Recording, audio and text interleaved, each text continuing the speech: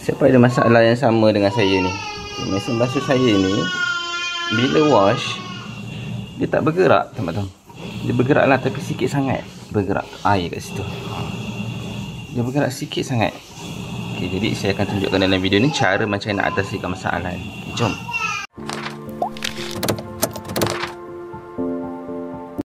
Okay, saya rasa masalah dia berpunca daripada pulsator ni. Yang ni lah. Okay, saya akan buka dan saya akan gantikan dengan yang baru.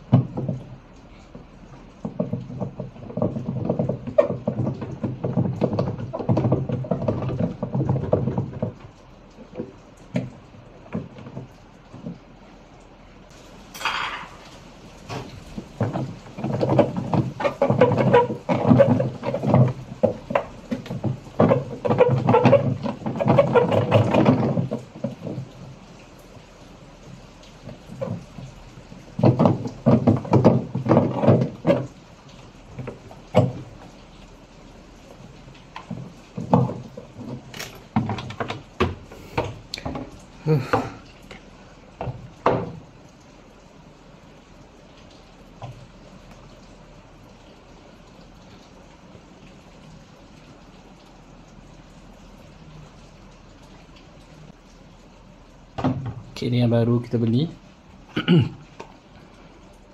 Okay, saya rasa skru ni ada dekat bawah.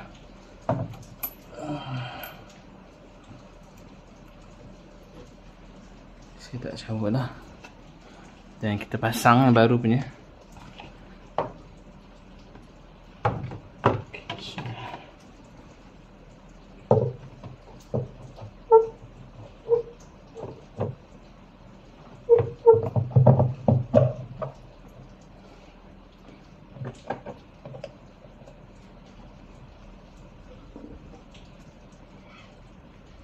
Ada dia punya skru.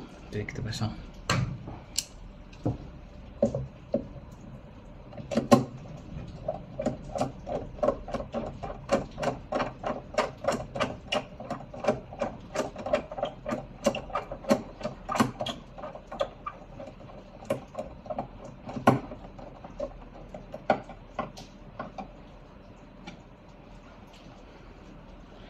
Okay, jom kita try.